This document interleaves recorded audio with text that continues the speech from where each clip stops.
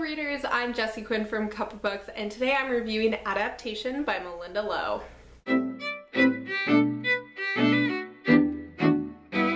Adaptation by Malinda Lo is a young adult sci-fi novel about a teenager named Reese who is in an accident near Area 51. She wakes up a month later learning that she's been in a coma for 27 days and she can't quite explain what happened during the accident. I went into this book wanting bi-representation and a diverse cast, and Adaptation gave me that. The word bisexual actually gets used in this book, and I know some people out there may not realize what a big deal that is, but often in literature, whether it's adult literature or young adults literature or middle grade literature, when a character is interested in more than one gender, they usually don't get a label. Like, labels are never discussed. The fact is that when books have characters that are attracted to more than one gender and just downright refuse to even mention the word bisexuality or mention words like pansexuality or omnisexuality, it can be really, really isolating to the folks who are consuming the media who do identify as bisexual. In terms of the characters, while I think Reese's sexuality and her exploration of her sexuality is handled really well, I can't say that much more about Reese. She doesn't have a lot of defining characteristics. In fact, most of the characters in this novel don't have a lot of defining characteristics.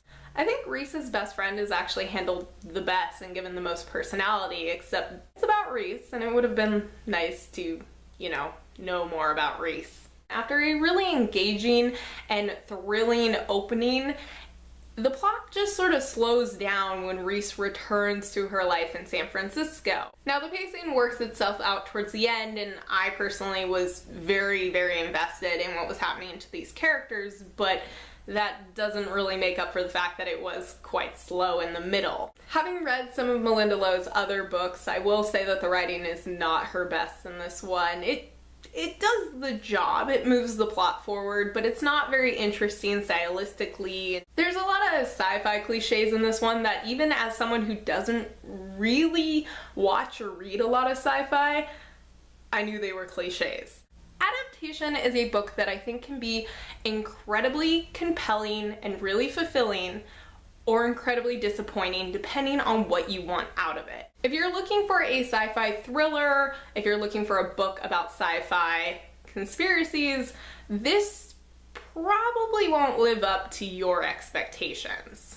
It has a fun X-Files-y story, but it's certainly not a very serious science fiction novel. But if you're looking for a novel that is dedicated to having a diverse cast and showcasing characters with identities that we don't often see in literature, let alone young adults literature, then yeah, I think Adaptation might be a great book to pick up.